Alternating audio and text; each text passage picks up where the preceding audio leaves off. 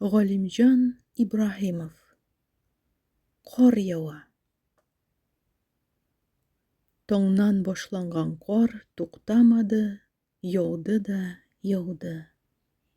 Җир йөзе ап-ак кар белән капланды.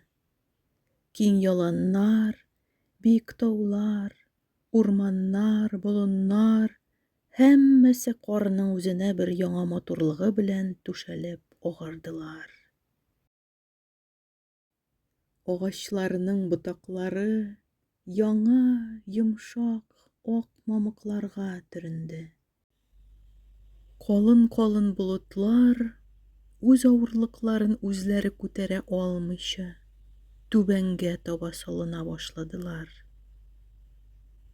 Зур елгалар әллә кая, төпкә, боз астына качтылар. Юллар, сукмаклар югалдылар.